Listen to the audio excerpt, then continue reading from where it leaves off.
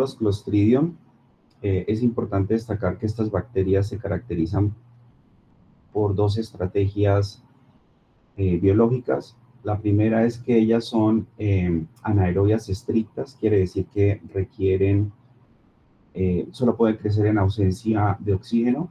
Sin embargo, pues en condiciones ambientales donde está el oxígeno presente, ellas sobreviven por la formación de esporas. Estas esporas las hacen muy resistentes a las condiciones ambientales. Una vez ellas ingresan al tejido, cuando tenemos, por ejemplo, un accidente con un objeto cortopunzante, por ejemplo, un cuchillo, una puntilla, un gancho, inmediatamente ellas entran en contacto con los tejidos, pueden pasar de esta forma esporulada a esta forma que es la forma vegetativa. Así es como la observaremos a la coloración de gran la próxima semana, como bacilos gram positivos son bastante gruesos. Y esta sería una coloración especial donde nos permite ver la presencia de las esporas terminales de estas bacterias, ¿sí? La segunda estrategia que tienen todos los Clostridium, independiente que sea Tetani, Perfringens o Botulinum, es que estas bacterias son muy toxigénicas. Prácticamente todas producen distintos tipos de exotoxinas, lo que le permite obviamente causar infecciones bastante graves, como vemos por ejemplo la gangrena, que en algunas situaciones amerita que el cirujano, el ortopedista, realice la cirugía para amputar el miembro, ¿sí? O por ejemplo los dedos también a veces los tienen que extirpar. Si al hacer el debridamiento ellos confirman que el tejido está ya muy contaminado, esa sería la conducta que ellos van a tener con el paciente, ¿sí? Entonces, a partir de eso, pues hemos visto cómo esta bacteria pues produce diferentes toxinas. En el caso del tetani, Clostridium tetani, la principal toxina es la tetanospasmina. Esa tetanospasmina se caracteriza por formar este tipo de patologías en el sistema nervioso central y periférico del paciente, ¿sí? Donde produce una rigidez a nivel muscular, y esta risa sardónica por la capacidad de la toxina de afectar los nervios masticadores, evitando que el paciente pueda abrir la boca. Aquí hemos visto que esa tetanospasmina lo que hace es bloquear unos neurotransmisores inhibitorios que permiten la contracción y la flexión muscular a nivel de las neuronas presinápticas y posinápticas, ¿sí?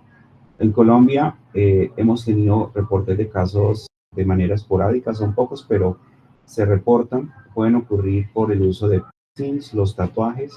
Ya pues, como todos sabemos, la mayoría de los tatuadores están registrados en la Secretaría de Salud y hacen los procedimientos bajo todas las normas estrictas de bioseguridad, pues para la seguridad del paciente, porque ya pues el tema del arte del tatuaje se ha popularizado en nuestro país y pues dejó de ser lo que era hace un par de décadas, que llevar tatuajes era algo estigmatizante. También es posible tenerlo por mordeduras de animales, incluyendo los animales domésticos, gatos, perros, que pueden ser portadores de la bacteria en la boca, y al morder pues pueden causar la transmisión, picaduras de insectos, procedimientos quirúrgicos con material contaminado. Como sabemos, la mayoría del material que ustedes usan o van a utilizar en procedimientos de cirugía son materiales metálicos, los cuales favorecen el crecimiento de estas bacterias o la presencia de las esporas, perdón, el crecimiento no, la presencia de las esporas, ¿sí? Vemos cómo pues el comportamiento epidemiológico a través de los años. Esta es la estadística del Instituto Nacional de Salud, en la página del CIVIGILA, donde vemos que entre 2013 y 2019 los casos han sido constantes, o sea, mantenemos una casuística entre los 25 y 50 casos, y vemos que la mayoría de los casos ocurren en las personas trabajadoras, o sea, podríamos pensar que pueden estar asociados a unos tipos de ocupaciones, y también en adultos mayores también se presenta. El diagnóstico de esta patología es principalmente clínico. Pocas veces ustedes recurren a hacer cultivos o pruebas microbiológicas o inmunológicas o de biología molecular, debido a que pues clínicamente tiene estas características. Me parece los opistótonos, parece como si el paciente estuviera poseído. Ustedes ven aquí este paciente que está hospitalizado, como la rigidez muscular lo lleva a adquirir este tipo de posturas, y lo mismo la risa sardónica o el trismus, que son casi dos características clínicas muy específicas de esta enfermedad, pues pues para lo que quizás requiera pocos diagnósticos diferenciales, ¿sí? A veces se hace electromiogramas, que es la prueba de conducción a través de los músculos, para ver el grado de rigidez o el daño, pero pues no es un requisito.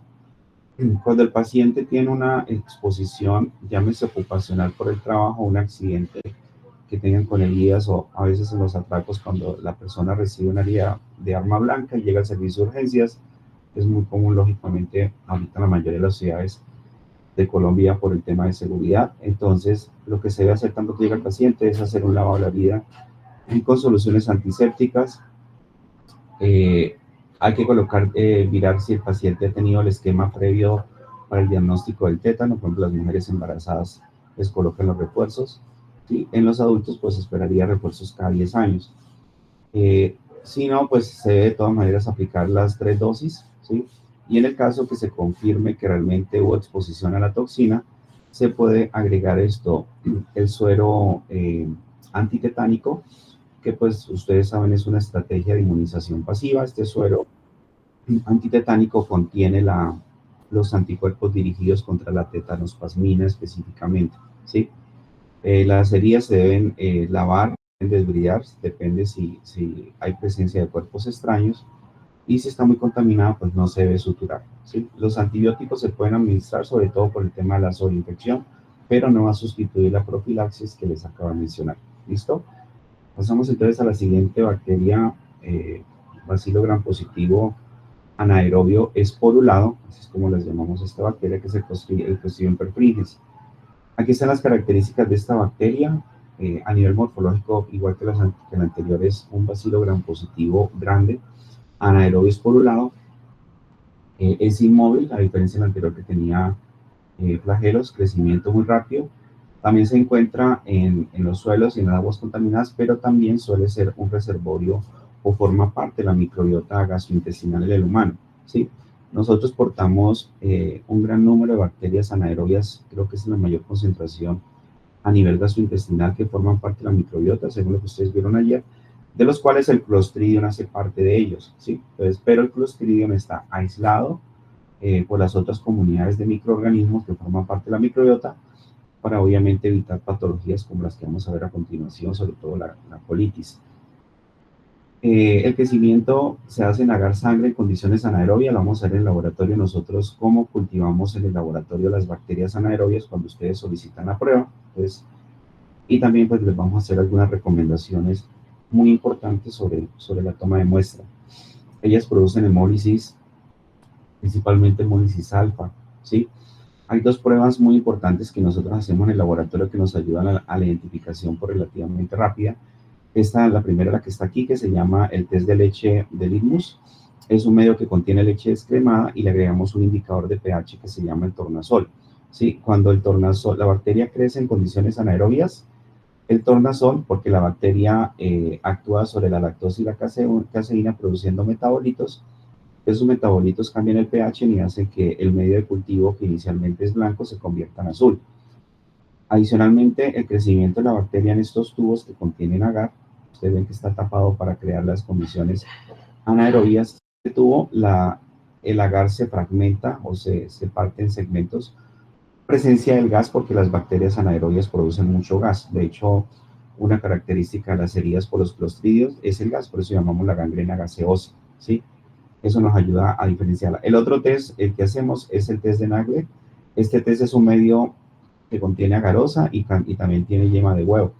Aquí la bacteria, en la presencia del huevo, la bacteria produce la toxina A, que actúa sobre las lecitinas, ¿sí? Y al degradarlas aparece un halo opaco, como el que ustedes ven acá, alrededor de las colonias, lo cual nos hace identificar la presencia del Clostridium.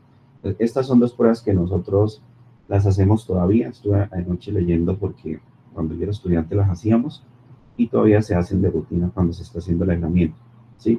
Otra característica, como decía, además de la producción de todas estas toxinas a nivel de factores de virulencia como la toxina A, que es una fosfolipasa lecitina, la toxina teta que produce perfringolicina y la CP que es una enterotoxina más hialuronidasa de eneasa y colagenasa.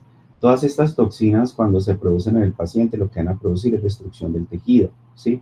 Por eso se llaman bacterias necróticas. Producen la necrosis del tejido porque destruyen todos los ácidos grasos que están presentes en el tejido graso, destruyen también las proteínas, ¿sí? Porque tiene proteasas, fosfolipasas y otras proteasas que destruyen el tejido.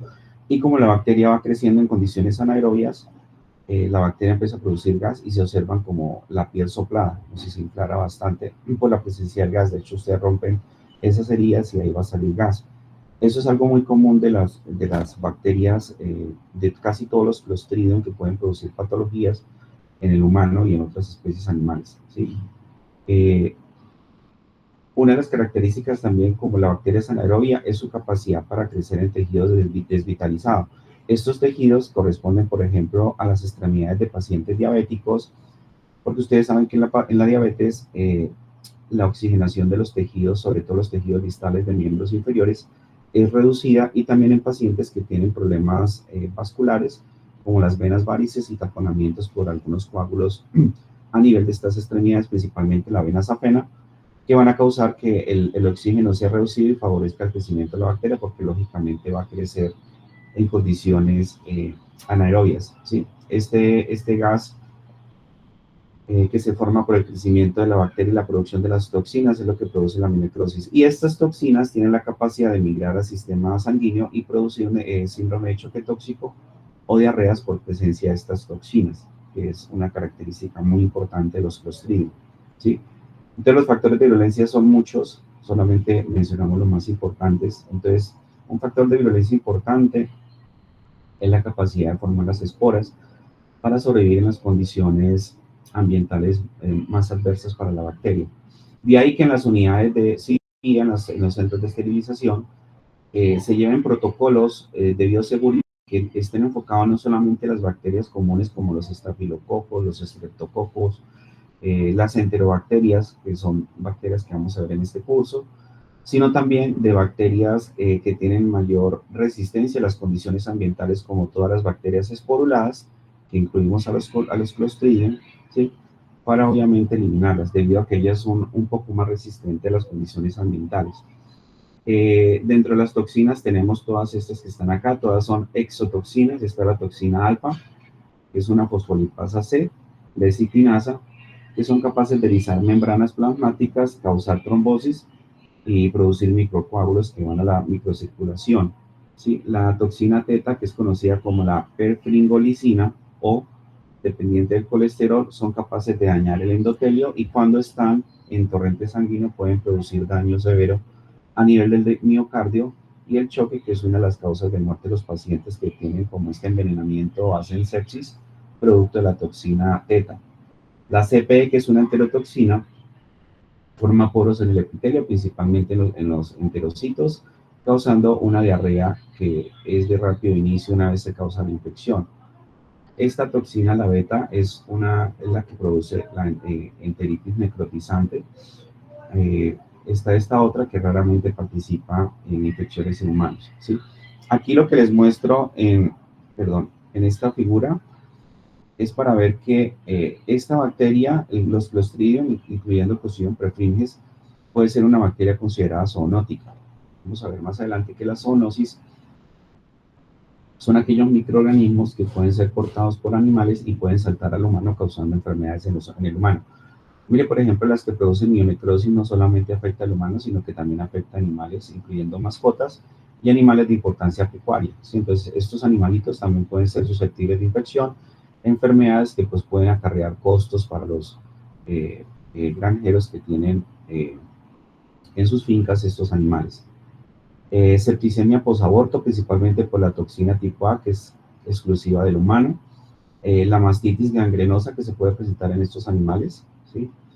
Envenenamiento por alimentos, que puede ser la toxina tipo A o la CPE, que es exclusiva de humanos, la enteritis necrotizante, que está en estas especies animales, enterotoxemia, que está exclusivamente en estos animales, y la enterocolitis necrotizante, que es una toxina que ustedes van a ver muy frecuente en pediatría, sobre todo en niños que son expuestos a antibióticos por otras patologías, ¿sí? Entonces, a veces estos niños, después de terminar el tratamiento de antibióticos, debido a la bacteria que forma parte de la microbiota, toma control por el daño de los otros microorganismos de la microbiota y produce la enterocolitis, que en algunos casos puede ser mortal. Y tenemos la enteritis necrótica, que es presente en este tipo de aves. Entonces vea que es una enfermedad que no es exclusiva del humano. Aquí para que ustedes revisen, están las toxinas de las que ya acabé de mencionar, importantes si son codificadas por cromosomas o plásmidos, ya que pues esto favorece la transferencia horizontal o vertical de la resistencia, las actividades biológicas que ya las mencionamos, las enfermedades y cuál sería la acción a nivel de las células que afectan. Eso para que lo revisen y lo puedan complementar con el libro. Entonces la patogénesis de la bacteria pues se basa inicialmente en la colonización de los tejidos, ¿sí? Por la bacteria en su forma vegetativa o cuando ingresan las esporas, por ejemplo, a través de un accidente donde ocurran raspaduras y contacto con la tierra.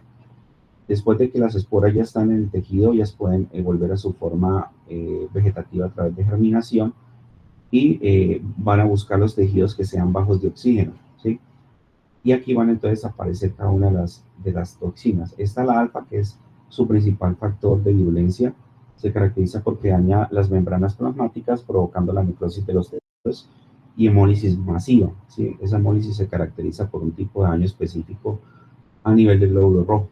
Junto con otras toxinas va a dañar los músculos, aumentar la permeabilidad vascular y diseminación de la toxina a partir del tejido infectado hacia la vía sistémica.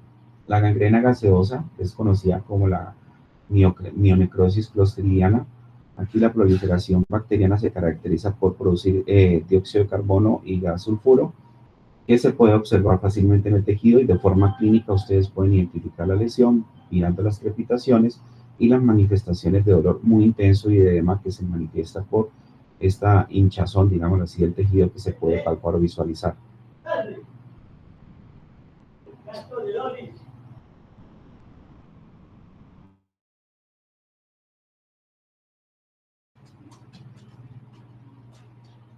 Eh,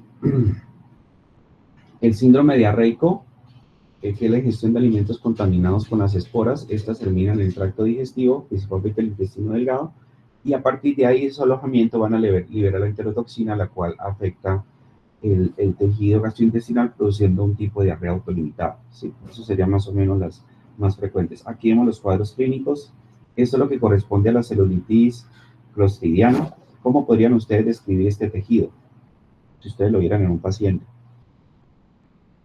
Y cómo lo diferenciamos de lo que vimos en la clase pasada de los estreto y estafilos. Mire que eso es un tipo de infección de piel. ¿Cómo lo podríamos diferenciar? ¿Quién quiere participar? ¿Me están escuchando? Sí, profe. ¿Cómo ven esa lesión? Que tiene eritema, que está rojo, también tiene unos bordes, o sea, como inflamación. Levantado, sí. Inflamación. Uh-huh. Y mire que más que ese eritema, muy bien. Mire que más que ese... Ah, mire, también se ve la piel como seca, como decantada. Así la ven aquí toda seca. Y vean que ese levantamiento de los bordes o la elevación de los bordes, en el centro ustedes observan como acúmulo de sangre. O sea, literalmente si ustedes rompen estas lesiones, el paciente va a sangrar. Porque recordemos que las toxinas de la bacteria son capaces de dañar el endotelio. Entonces, eso la diferencia un poco de las lesiones que son causadas por el estafilo y el estrepto. Y esta es la que se conoce como celulitis clostridial, ¿sí? Entonces vemos el gas localizado y aquí lo que se tiene que hacer es debridar el tejido porque posiblemente la bacteria está a este nivel y no ha logrado pasar el tejido celular subcutáneo, lo cual pues puede favorecer el cuadro clínico del paciente ya que todavía no hay una sepsis por la presencia de la toxina, ¿sí? Recordemos que la sepsis se forma principalmente porque la bacteria libera las toxinas al torrente sanguíneo. Eso ya lo hemos mencionado, pues a pesar de que más adelante vamos a tener una clase de sepsis durante la semana de rotación. Pero aquí ya a este nivel entendamos que en la sangre podemos tener dos componentes, o la bacteria completa, que es lo que llamaríamos bacteremia, o podemos tener presencia de las toxinas de la bacteria, y ya sería la sepsis como tal. Entonces, en las toxinas podemos tener dos tipos de toxinas, ¿sí? Eso puede ser una pregunta al examen. Las endotoxinas, de la cual la principal es el lipopolisacárido, las gram negativas, Recordemos que ese lipopolisacárido, el componente más tóxico para el sistema inmunológico que contribuye a la sepsis, es el lípido A, que forma parte de ese lipopolisacárido. Y en el caso de las exotoxinas, tenemos muchas, de las cuales pues ya hemos mencionado varias, como la alfatoxina, la CPE, que forman parte de las toxinas de los clostridios. Esas serían exotoxinas, ¿por qué? Porque son toxinas que las bacterias liberan y salen de las bacterias y las bacterias siguen vivas. Cuando son endotoxinas, las bacterias se estallan y pedacitos de sus estructuras que se rompieron se liberan al torrente sanguíneo y causa la sepsis. La sepsis como tal no es un efecto directo de la toxina de la bacteria, llámese endo o exotoxina, sino que como vamos a ver más adelante, la sepsis es consecuencia de la respuesta inmunológica exagerada que el individuo le monta a estos componentes bacterianos tóxicos, ¿sí? De eso va a derivar la sepsis. Entonces, para que diferencien la bacteremia de la sepsis y sepan o recuerden que la sepsis es producida por endo o exotoxinas, para que ustedes vayan haciendo su lista de cuáles toxinas de las que hemos visto podrían ser toxinas asociadas a sepsis. Yo le puedo colocar una pregunta de las siguientes 5 toxinas, diga cuáles están asociadas a sepsis, entonces le pongo la A, la B, la C, la D y la E, y de pronto solo las 3 primeras o las 2 primeras o una de las 5 sea una toxina que esté asociada a sepsis, ¿sí? Es importante saber esto para ustedes como médicos. Y por lo tanto, entonces, la sepsis va a ser consecuencia de la respuesta inmunológica. No siempre un paciente que tenga la bacteria en la sangre va a estar enfermo. Nosotros en algún momento podríamos tener una bacteria en la sangre y esa bacteria nosotros la eliminamos del torrente sanguíneo y nos salvamos de una sepsis. ¿Cómo eliminamos bacterias o sustancias antigénicas de la sangre? Recuerde que el vaso es el que cumple esta función, para que se acuerden del modo de inmunología, ¿sí? Otra patología que tenemos importante asociada a Clostridio perfringens es la enterocolitis necrosante, ¿sí? También se le conoce como ileitis. Esta se caracteriza por una marcada distensión abdominal en el paciente, que es principalmente paciente pediátrico. A veces se observa una coloración verdosa, como ustedes la ven aquí, en el abdomen del bebé, lo cual es casi característico de esta lesión. Hay también síntomas letales como la apnea, ¿sí? La acidosis metabólica, producto de todas esas sustancias o metabolitos de pH ácido que se están liberando, el choque séptico y la coagulopatía por las toxinas bacterianas que producen la coagulación intravascular diseminada, que puede ser muy letal. Aquí la toxina gangrenosa que es producida por la toxina CPA. En estos pacientes que se produce la gangrena, principalmente inicia casi siempre en los dedos de las extremidades inferiores. A veces hay unas pacientes, casi siempre son las de sexo femenino, yo las vi a mi rural, que ya llegaban con unas lesiones ulcerosas a este nivel de la extremidad, ¿sí? Aquí era donde se observaban esas úlceras y nosotros les hacíamos cultivos, casi siempre aislábamos bacterias gram negativas como E. coli, como eh, otras bacterias de este género, incluso pseudomonas, pero en algún momento, como eran señoras del campo y estaban trabajando la tierra y siempre andaban en alpargatas que dejaban esta zona descubierta, aquí les podía caer la bacteria y generar la gangrena a partir de este nivel. Entonces, siempre cuando nosotros le hacíamos la toma de la muestra, le recomendamos a la paciente que mantuviera la mayor parte del tiempo cuando estaba expuesta a su labor del campo, utilizando un vendaje o algo para impedir que las esporas de la tierra cayeran ahí. Las esporas pueden volar. Pero mire, cuando pasa esto, el tejido se empieza a dañar, empiezan estas toxinas a dañar los ácidos grasos, las membranas, el endotelio, hasta que se produce esta necrosis que es de tipo gaseosa, ¿sí? Esa gangrena gaseosa ustedes la van a ver en patología, en las láminas que le muestra el doctor Harold y los profes de patología, para que se acuerden. Y la complicación más grave no es solo la destrucción de este tejido y el daño que produce la necrosis, sino que a partir de acá se produce la toxina CPA que va al torrente sanguíneo y puede causar la mortalidad del 20 al 30% de los pacientes no tratados. Cuando ustedes intervienen estos pacientes, reducimos a menos del 5% la posibilidad de mortalidad, excepto cuando ya llegan en estados avanzados, para prevenir la taquicardia, la fiebre, la inflamación sistémica, la ictericia por daño hepático, el tejido hepático, la insuficiencia renal, la coagulación intravascular diseminada y la sepsis, que puede ser muy complicada. El último cuadro clínico que es muy frecuente, no quiere decir que no hayan otras patologías, pero estas serían las más frecuentes, es la sepsis con hemólisis masivas, ¿sí? Aquí se observa una hemólisis muy particular, ustedes aquí observan glóbulos blancos, todos estos son neutrófilos, ¿sí? Y aquí observaríamos los glóbulos rojos normales, aunque algunos de estos parecen como crenocitos. La característica principal que nosotros observamos, y yo he visto este tipo de láminas en pacientes con gangrena, que ya tienen efecto sistémico por la toxina, es la presencia de estos punticos rojos. Estos punticos rojos se llaman esferocitos, para que los apunten ahí. Esos esferocitos lo que hacen es, lógicamente, contribuir a la hemólisis y a la reducción del hematocrito y la hemoglobina, que pueden también comprometer la vida del paciente. Es como la característica de la sepsis por la bacteria. Estas bacterias son de notificación obligatoria. Creo que esta es la primera vez que le hablo de las fichas epidemiológicas. Cuando ustedes vayan a hacer su rural, tienen que ir al laboratorio de salud pública a hacer un curso, ¿sí? No sé si ese curso ahora es virtual, pero en mi época no nos podíamos ir a hacer el rural si nosotros no, ¿qué?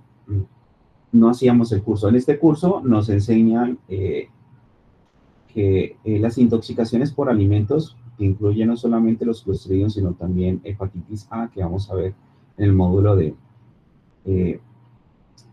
de virus, Salmonella typhi, Paratyphi, el cólera, eh, incluso las que vamos a ver a continuación, que son los bacilos gram positivos no esporulados, son de notificación obligatoria.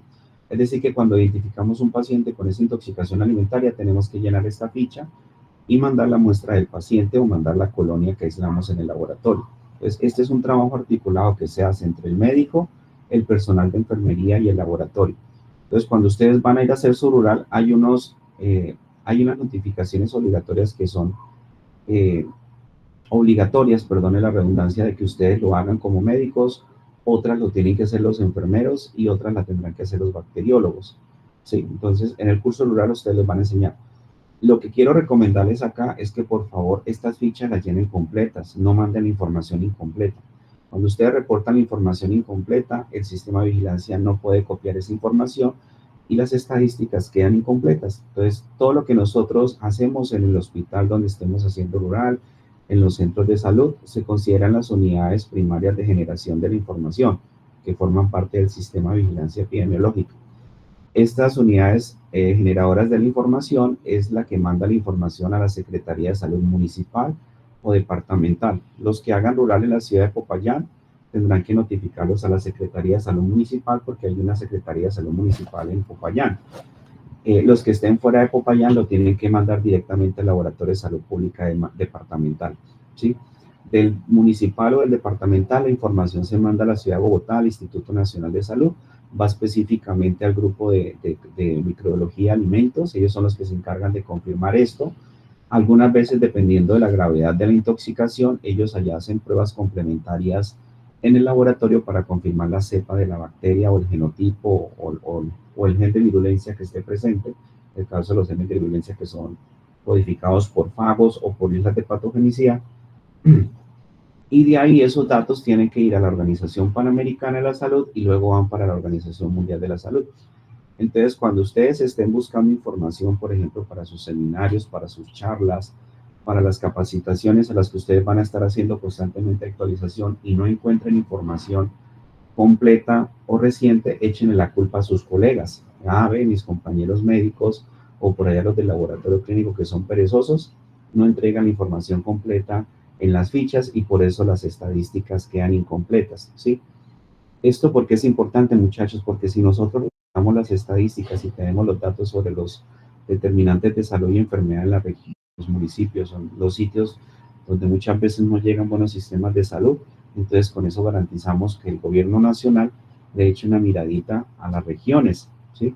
Donde realmente existen las necesidades, pero si no reportan datos, pues el gobierno dirá, pues allá no existe un problema. O sea, la mejor manera de decir que la epidemiología y la salud pública está bien es que no reporten nada.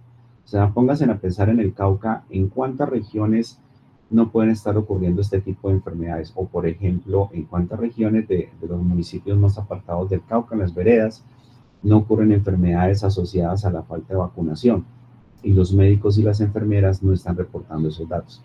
Por eso hay que hacer conciencia y esos datos reportarlos. ¿Listo? Entre la prevención y el tratamiento, muy importante es la vacunación, ¿sí? Además de eso, de la vacuna, colocar la toxoide cuando ya se sospecha que la intoxicación es directamente por la toxina, o el paciente ya tiene la toxemia, que es la toxina en la sangre, hay que colocar los antisueros o los toxoides para prevenir la mortalidad. Hay ya proteínas recombinantes, están disponibles en nuestro país, se están probando nuevas estrategias que incluyen nuevos anticuerpos monoclonales. ¿Sí? El tratamiento, algunos casos, pues requiere hacer la cirugía para hacer el debridamiento de los tejidos. Cuando es la necrosis a nivel del tracto gastrointestinal, va a requerir una cirugía mayor donde incluso tengan que hacer resecar trozos o completos del tejido gastrointestinal para poder salvar la vida del paciente, que siempre pues lo ideal es hacer el debridamiento de las heridas y remover todos los tejidos que estén infectados. Se ha probado una estrategia que en algunos casos ha funcionado, que es la terapia con oxígeno hiperbárico, ¿sí? Esa terapia de oxígeno hiperbárico comúnmente se usa, por ejemplo, en cirugía, que para ayudar a la recuperación de los tejidos, el paciente se mete en estas cámaras donde la concentración de oxígeno es del 5% o creo que cifras mayores. Este oxígeno hiperbárico, si nosotros lo utilizamos en los pacientes con infecciones por anaerobios, pues lógicamente va a tener un efecto benéfico porque los anaerobios con el oxígeno mueren. Es muy tóxico para ellos y para nosotros pues tenemos más resistencia debido a que pues, nosotros somos aerobios estrictos. ¿Hasta ahí hay preguntas sobre el perfringes o todo está claro?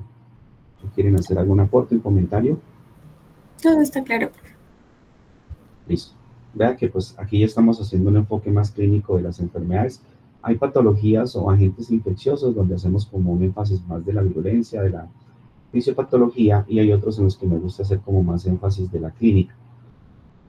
Este es el difícil, el clostridio difícil es igual que el anterior. Este sí es móvil y también es gram positivos por un lado y es anaerobio estricto. Entonces, si nosotros comparamos morfológicamente cualquier anaerobio, perfringes, el tétani o este, es imposible diferenciarlo a la población de gram porque todos son exactamente iguales, ¿sí? La diferencia de pronto está en el cultivo, produce beta-hemólisis, pero a nivel de gram lo vemos igual. Una de las características para que se genere esta patología es el uso indiscriminado de antibióticos. Es un problema nacional, digámoslo así, de que las personas van a la droguería y tienen una gripa por un virus y el señor de la droguería le da el famoso salpicón para la gripa y ese salpicón incluye muchas veces antibióticos, ¿sí? Es grave la situación porque ese uso indiscriminado de antibióticos nos está llevando a todas las alteraciones de la microbiota, ustedes ven acá, y que fue parte de la charla del día de ayer, ¿sí?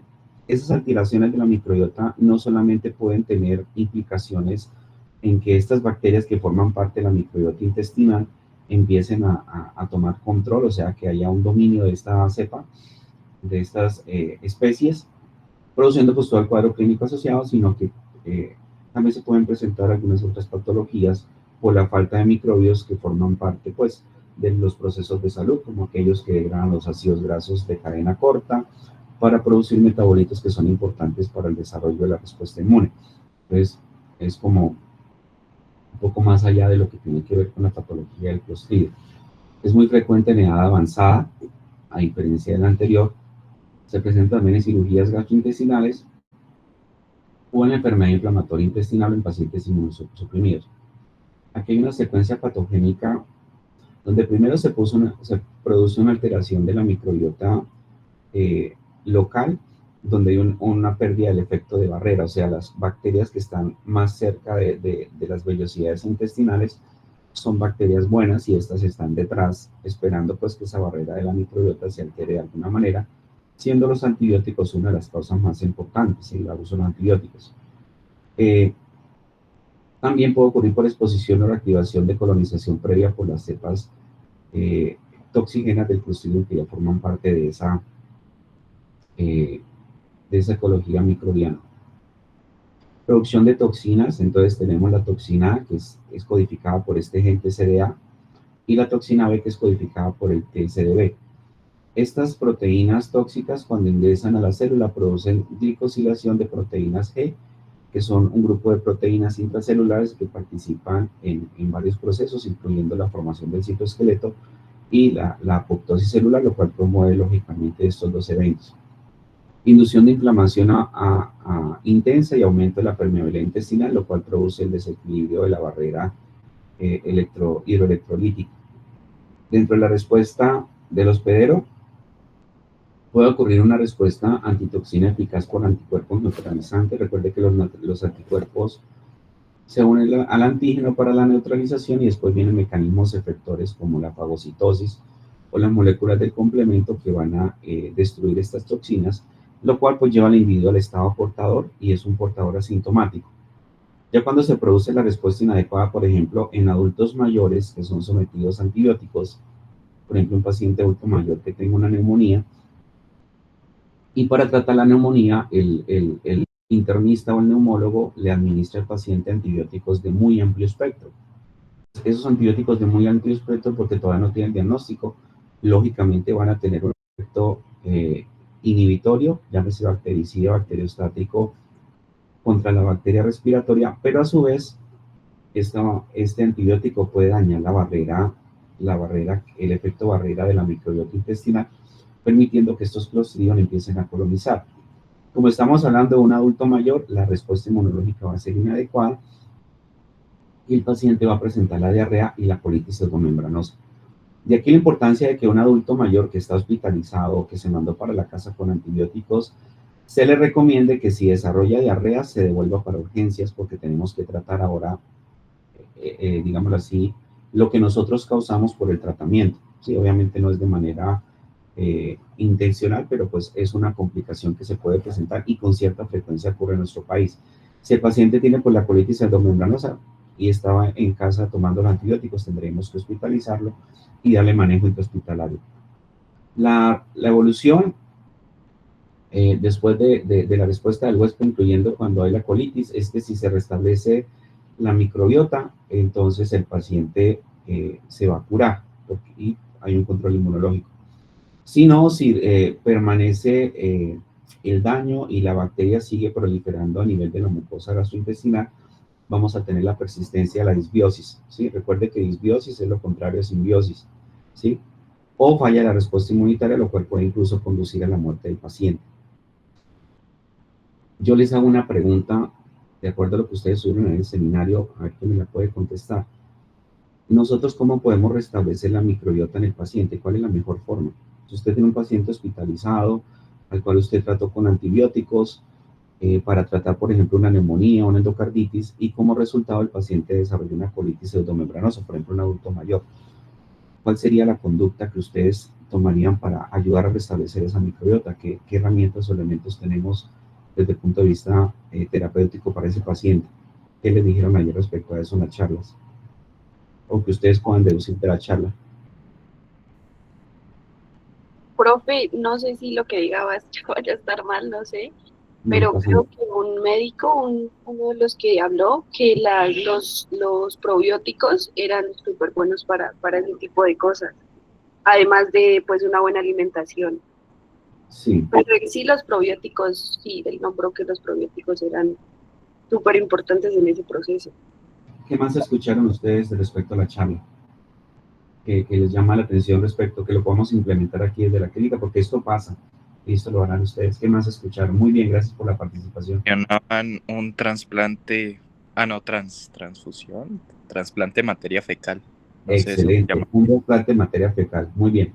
Entonces tenemos varias estrategias. Una es la administración de probióticos. Entonces está el bacteroides, el bifidobacterium y el otro creo que son los lactobacilos, ¿sí?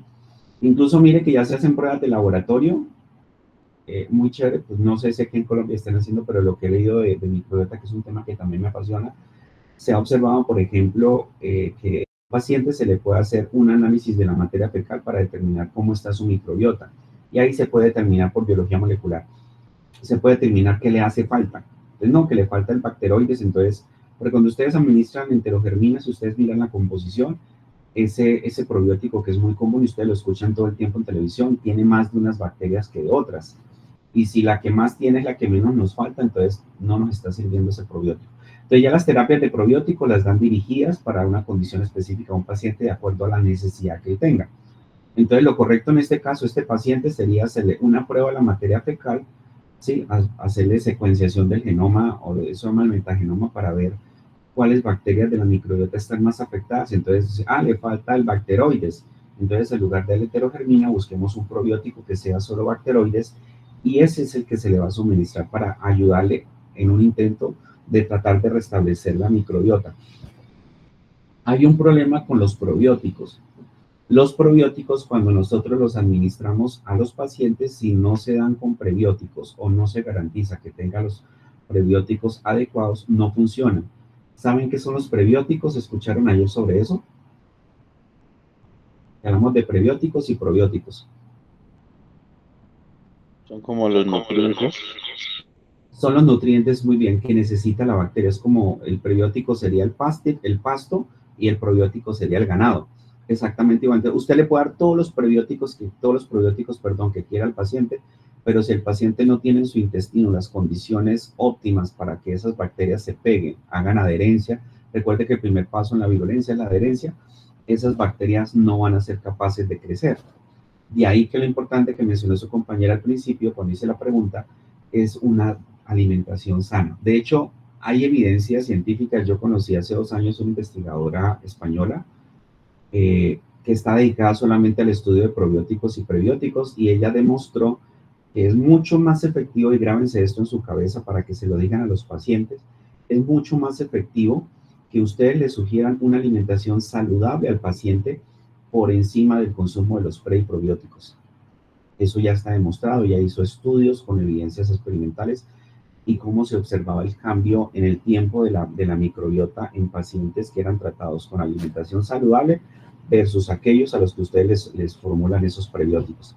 Entonces, es mucho más efectivo la alimentación saludable, pero si ustedes combinan la alimentación saludable con el consumo de probióticos comerciales, lógicamente el efecto no esperaría que fuera potenciado. O sea, eso tendría bastante sentido desde el punto de vista experimental y epidemiológico y clínico. Ahora bien, lo que acaba de mencionar su compañero, el trasplante de materia fecal, eso lo vamos a hablar ahorita más adelante, pero sí es una opción supremamente buena y se está utilizando, por ejemplo, para esta colitis pseudomembranosa. Es como la mejor estrategia. Utilizar materia fecal de una persona sana, sacarle la materia fecal y técnicamente con una es como colocarle un edema y se le coloca el edema a la materia fecal lo más profundo que se pueda en el colon para que la microbiota se restablezca. Eso tiene sus pros y sus cons, pero hasta ahora han sido más los beneficios del trasplante de materia fecal que los perjuicios. Y ahorita les voy a contar un tema importante sobre esos trasplantes. Entonces, aquí están las toxinas más importantes del Clostridium. Entonces, todas esas toxinas producen daño a nivel de varios mecanismos celulares, como por ejemplo esta toxina, la A y la B, las que acabamos de mencionar, donde afectan la glicosilación, principalmente la proteína G, produciendo varios trastornos a nivel intracelular que incluye la apoptosis y otros mecanismos. Entonces aquí tenemos la toxina A que produce la glicosilación de proteínas de la familia Rho. La otra es la alteración del citoesqueleto. Alteración del citoesqueleto, aumento de la permeabilidad de la velocidad intestinal a nivel apical, lo cual va a permitir la salida de sustancias de sales y de agua, ¿sí? Y también la liberación de citoquinas proinflamatorias, principalmente de citoquinas de inmunidad innata, de las cuales estaría principalmente la interleuquina 1 beta, el factor de necrosis tumoral, y la otra es la interleuquina 6, si no estoy mal, pueden revisar en el libro. Está la toxina CDT, que se llama toxina binaria, que está presente principalmente en un tipo de cepas llamadas hipervirulentas, que favorece la adhesión al enterocito y favorece la colonización de estas bacterias a gran escala. Esto cuando se pierde la barrera de la microbiota o la pared de protección. Las esporas resistentes pueden sobrevivir dentro de los ambientes hospitalarios, ¿sí? De hecho, las clínicas, digámoslo así, que tienen protocolos mucho más estrictos de bioseguridad y de higiene y de esterilización, hacen constantemente rastreo de estas esporas en los ambientes hospitalarios como cirugía, cuidados intensivos, unidades de neonatales, porque es donde más pueden ocurrir riesgos para los pacientes, ¿sí? Yo sé, por ejemplo, que en el Hospital Pablo Tobón y en el Hospital San Vicente, donde teníamos convenios de prácticas cuando yo estaba en la Universidad de Antioquia, se hacían estos protocolos y los pelados de medicina iban a participar de esos protocolos, porque nosotros siempre les decimos en microbiología a los muchachos, métanse en todos los procesos de esterilización, de autoclavado, de uso de gases y vapores para esterilizar materia, para que ustedes aprendan, no porque ustedes sean los responsables o lo que hacen eso, pero sí para que sepan que pues pueden existir algunos riesgos que pueden poner en peligro los procedimientos quirúrgicos que ustedes realicen como médicos.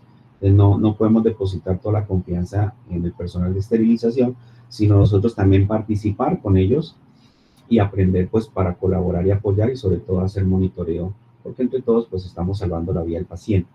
Tenemos también proteínas de superficie que actúan como antígenos que son reconocidos por el sistema inmune que producen inflamación. ¿Listo? Están ampliamente distribuidos en el ambiente, dentro de la epidemiología. Ellos pueden estar hasta en el 5% de las personas sanas presentes en el colon, ¿sí? Y esto es todavía mayor en pacientes hospitalizados. Entonces, un paciente hospitalizado con Clostridio puede ser un foco para otros pacientes. En la materia fecal también van a estar las esporas de estos pacientes, entonces hay que recomendarles sobre todo al personal de enfermería, que es el que baña a estos pacientes y le hace cambio de pañales o los procedimientos de higiene, que hay que tener mucho cuidado con la materia fecal de los pacientes por el tema de los Clostridios, ¿sí? Aquí tenemos la patogenia de la colitis pseudomembranosa o colitis asociadas a antibióticos. Entonces, si observamos aquí, estas mismas petequias que vimos en las lesiones en tejidos blandos, también se forman aquí en la mucosa del paciente por la necrosis de los vasos sanguíneos, principalmente a nivel del daño al endotelio por las toxinas de las bacterias. Produce diarrea acuosa, dolor, sensibilidad cólico, tipo cólico estomacal, fiebre. Hay presencia de pus o mucosidad en la materia fecal. De hecho, nosotros cuando recibimos la materia fecal y observamos la presencia de pus, nosotros le reportamos a usted esos elementos biológicos en la materia fecal y algunas veces lo podemos llamar y decirle, doctor, hay que sospechar que el paciente tiene una colitis pseudomembranosa por Clostridio, ¿sí? Obviamente ese tipo de pus también se puede producir por algunos parásitos que andan con el profe Reiner, pero con el tema de la colitis pseudomembranosa nosotros lo podemos ver, ¿sí? Entonces aquí hay un daño del tejido donde vemos un gran infiltrado polimorfonuclear en los tejidos y obsérvese cómo la mucosa está completamente necrosada. Aquí hay pedacitos de mucosa que todavía están bien, pero mire cómo dentro de las células, si ustedes observan acá, se ve la presencia de una luz blanca que corresponde a la presencia de gas, ¿sí? De dióxido de carbono o sulfuro, que está presente en las células producto de la destrucción. Esto sería un epitelio normal y mire, todo esto es necrosado. Necrosis, necrosis, necrosis y presencia de células inflamatorias. Mire, esto que ustedes ven acá, que estoy aquí envolviendo, es un polimorfonuclear, ¿sí? Muy característico y eso lo reporta el patólogo. Eso ya es un examen que hace el patólogo. Factores de riesgo para que se produzca esta colitis, importante identificarlo en nuestros pacientes, el consumo de antibióticos constante, ¿sí? Incluso, por ejemplo, pacientes que tienen acné y tienen que tomar antibióticos, el dermatólogo les manda a hacer pruebas de función hepática, porque esos antibióticos son bastante hepatotóxicos, pero también le recomienda al paciente que si llega a presentar algún tipo de diarrea, se vaya para urgencias, porque él sabe que es un antibiótico amplio espectro que puede favorecer la colitis. Esta bacteria permanece durante años si no se hace esterilización y limpieza adecuada en hospitales o en asilos de adultos mayores. Otro factor de riesgo es tener una edad avanzada, principalmente los pacientes mayores de 65 años, debido a que son los pacientes a los que ustedes más someten continuamente a tratamientos de antibiótico. Una persona de 65 años, un día va a tener neumonía, otro día va a tener infección urinarias, ¿sí? Entonces son pacientes que constantemente ustedes los someten a antibióticos. Con mayor razón, estos pacientes adultos mayores tenemos que hacerle seguimiento y sobre todo tenemos que hacerle controles de coprológicos y otros exámenes debido al riesgo que ellos tienen de desarrollar la colitis y recomendarles una alimentación saludable y si son pacientes que pueden costearse, comprar los probióticos para ayudarse. Pacientes inmunosuprimidos sin importar la edad, aquellos pacientes que tienen enfermedades a nivel del colon o del tracto gastrointestinal, algunas autoinmunes como la enfermedad inflamatoria gastrointestinal, enfermedad de Crohn y también el cáncer colorectal. Someterse a cirugías intestinales y aquellos pacientes que reciben quimioterapia para el cáncer debido a que estos procedimientos los inmunosuprimen. Aquí tenemos un reporte del New England Journal of Medicine del 2015, donde están observando la presencia de Clostridium difficile en el tiempo con respecto a la edad del paciente. Preocupa que el año 2000 hacia el 2010 han tenido un incremento significativo, principalmente los pacientes mayores de 45 años. Esto es lo que traduce una mala praxis de antibióticos, a veces porque el médico lo formula sin necesidad o porque el paciente mismo consume los antibióticos sin ser prescritos por el médico. Entonces, esto es lo que está llevando al aumento de la colitis pseudomembranosa o enfermedades nosocomiales asociadas a estas bacterias anaerobias por el tema de los antibióticos. Entonces, aquí esto es un llamado al uso racional de ellos. El diagnóstico principalmente se hace por clínica del paciente, por la presencia del moco. Sin embargo, casi siempre ustedes piden que se haga la identificación de la bacteria por pruebas de laboratorio, ¿sí? Entonces nosotros tenemos kits inmunológicos, esas son pruebas de aglutinación que nos permiten detectar la toxina A y B, que es la principal toxina del proceso difícil asociada a esta enfermedad. O podemos utilizar estas pruebas de cassette, que son como pruebas de embarazo. Ustedes observan aquí que tenemos los puntos. Lo que hacemos es tomar la materia fecal del paciente, la diluimos con solución salina o con el buffer del kit, agregamos una gotica acá, esperamos que migre y ahí podemos ver si tiene la toxina A, B o las dos, ¿sí? Para que la patología se cause, es importante que las dos toxinas estén. Y aquí estaría el pozo de control. Es una prueba rápida, se hace sobre materia fecal y le damos el resultado en menos de 2 horas al médico cuando se hace en la clínica. Me imagino que en Popayán, en los laboratorios clínicos de los hospitales y clínicas de segundo y tercer nivel deben tener estas pruebas porque, pues, le digo, es muy común en adultos mayores. También podemos hacer el aislamiento, tenemos agares especiales que contienen yema de huevo, por ejemplo, que nos permiten la identificación, o agares cromógenos que permiten, cuando la colonia crece, obtener un color muy puntual. En este caso es un color azulado o grisáceo en la bacteria. El tratamiento depende si es una enfermedad leve, moderada o severa, ¿sí? En las enfermedades leves no se recomienda dar tratamiento, ¿sí? El paciente puede ser tratado con alimentación saludable y probióticos y prebióticos, suficiente para que él mismo pueda resolver la infección y montar una buena respuesta inmune que pueda neutralizar la bacteria y las toxinas. En el caso de infecciones leves, pues se hace un monitoreo para ver si el antibiótico que estaba tomando, por ejemplo, una neumonía, al cesar el antibiótico, al dejarlo tomar, el paciente muestra mejoría. Sin embargo, pues hay que darle terapia de soporte como hidratación, sales de revitalización, y en algunos casos que se considere necesario, de acuerdo a la clínica, se puede dar antibiótico. Lo que más se formula para los casos leves a moderados es la administración de metronidazol de 500 miligramos 3 veces por día. Va a parecer curioso porque el metronidazol es una bacteria que es un antibiótico que utilizamos para bacterias, pero van a ver que en parasitología el profesor René también se lo va a mencionar como parte del tratamiento para algunos parásitos, principalmente parásitos unicelulares, ¿sí? En el riesgo moderado, aquí hay que considerar la hospitalización del paciente por el riesgo de la colitis pseudomembranosa. Se le debe dar metronidazol, ¿sí? Como primera línea de terapia, y se le puede combinar, por ejemplo, con vancomicina. En los casos severos o complicados ya se pueden dar medicamentos combinados como el metronidazol intravenoso, ¿sí? Y algunos antibióticos como la fidaxomicina, que pueden ayudar a mejorar el cuadro clínico del paciente. Entonces son antibióticos que son muy diferentes a los otros. Trasplante de materia fecal, que ustedes lo comentaron. Esto sería la diversidad microbiana, por ejemplo. La diversidad microbiana, recuerde que es el número de especies microbianas que tenemos en un nicho ecológico. Entonces la diversidad microbiana, por ejemplo, de la flora, de la microbiota intestinal, entonces es única.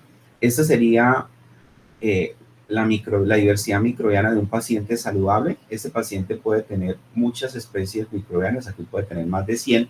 Este sería un paciente enfermo, por ejemplo, un paciente con colitis pseudomembranosa, mire que tiene menos de 100 especies microbianas de acuerdo a este gráfico. Ese paciente, después de que se somete a un trasplante de materia fecal, a los pocos días, o sea, como cuando usted coloca pasto en un sitio, hace trasplante de pasto de jardín, digámoslo así, el trasplante pegó y ya está produciendo su propia microbiota después de varios días de haber hecho el trasplante, lo cual demuestra que es bastante bueno. Aquí vemos cómo está el porcentaje de la microbiota en pacientes de acuerdo a los tratamientos de antibióticos, ¿sí? Entonces mire que la vancomicina es uno de los antibióticos que puede reducir la mayor cantidad de microbiota con respecto a los pacientes normales. De ahí la importancia de que se está haciendo este tipo de trasplantes en pacientes en los últimos años, y pues cada vez hay más evidencia de que funciona. ¿Hasta ahí hay preguntas? ¿O todo va bien? Todo bien, profe.